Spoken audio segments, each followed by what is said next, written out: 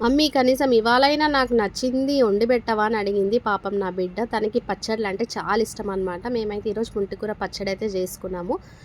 ఇది first stove వెలిగించుకొని కడాయి పెట్టుకొని అందులో మెంతులు తగినంత జీలకర్ర, ధనియాలు అయితే లేవన్నమాట ప్రజెంట్గా, పౌడర్ అయితే ఉంది. దాన్ని మేము అన్నీ ఫ్రై చేసుకొని మిక్స్ అయితే పట్టుకొని పెట్టుకోవాలి పక్కకి. వేరే కడాయిలో నూనె పోసుకోవాలి తగినంత.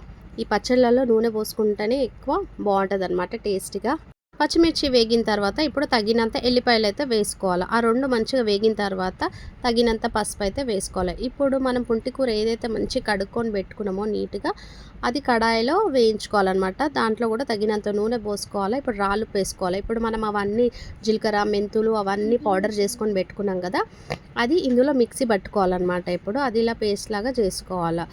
ఇవి చాలా రకాలుగా ఉంటాయి పచ్చళ్ళు. మేమైతే ఇట్లా చేసుకున్నాము. ఇప్పుడు తాలింపు అయితే కంపల్సరీగా పెట్టుకోవాలి. తాలింపు వేస్తే ఇంకా టేస్ట్ బాగుంటుంది అనమాట. తాలింపులో తగినంత నూనె, జీలకర్ర, ఆవాలు, ఎండుమిర్చి, కరివేపాకు వేసుకోవాలి. అందులో తగినంత ఉల్లిపాయలు వేసుకుంటే చాలా చాలా బాగుంటుంది. ఉల్లిగడ్డలు తింటుంటే పుల్ల పుల్లగా మనకి పంట కింద తగులుతుంటుంది అనమాట. మీకు ఈ వీడియో నచ్చిందని అనుకుంటున్నాను. నా ఛానల్ ఎవరైతే సబ్స్క్రైబ్ చేసుకోలేదో సబ్స్క్రైబ్ చేసుకోండి. నా ఛానల్ని సపోర్ట్ చేయండి. Thank you. బాయ్.